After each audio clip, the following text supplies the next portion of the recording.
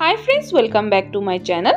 আজ আমি আপনাদের জন্য খুবই টেস্টি একটা পাস্তা রেসিপি নিয়ে এসেছি। আমার আজকের পাস্তা রেসিপি হলো টমেটো পাস্তা। খুবই সিম্পল এবং ইজিভাবে তৈরি করে দেখাবো পাস্তা রেসিপিটি। তো চলুন বন্ধুরা, দেখে নেওয়া যাক আজকের এই ইজি প্রসেসে তৈরি করা পাস্তা রেসিপিটি। পাস্তা বানানোর জন্য পাস্তাটাকে আগে বয়েল করে নিতে হবে। এখানে আমি একটা পাত্রে বসিয়ে দিয়েছি 1 লিটার জল। জলটাকে ভালো করে গরম করে নেব। জলের মধ্যে দিয়ে দিলাম 1 টিস্পুন পরিমাণ নুন। পাস্তা বয়েল করার সময় নুন দিলে পাস্তার ভিতরে কিন্তু নুনটা খুব ভালো করে ঢুকে যায় এবং পাস্তাগুলো খেতে ভালো লাগে। এখন ভালো করে ফুটিয়ে নেব। দেখুন বন্ধুরা, জলটা আমার বয়েল এসে গেছে। এখন এর মধ্যে দিয়ে দিব 1 কাপ পরিমাণ পাস্তা। যে কোনো শেপের পাস্তা ইউজ করতে পারেন, আমি এখানে লম্বা লম্বা পাস্তাটা ইউজ করেছি। আর জলটা গরম হওয়ার পরে কিন্তু পাস্তাগুলো দিবেন।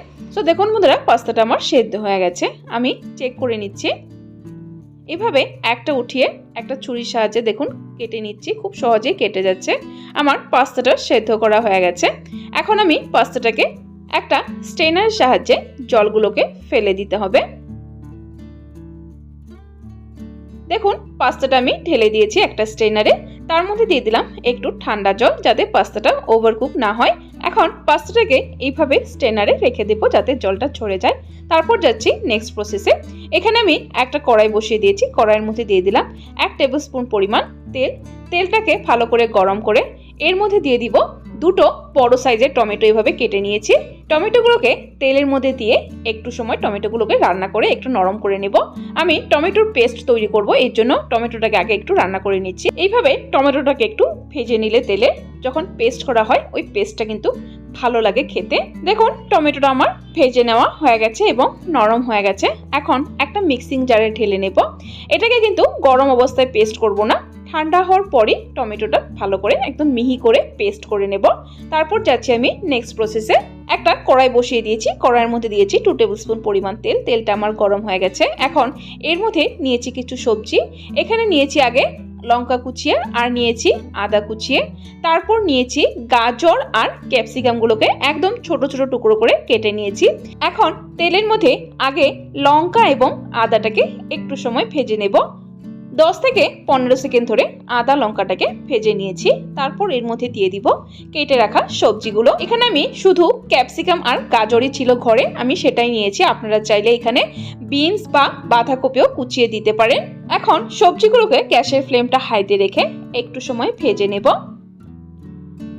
দেখুন সবজিগুলো আমার ভেজে নেওয়া হয়ে গেছে। এখন এর মধ্যে দিয়ে দিব স্বাদ মতো নুন।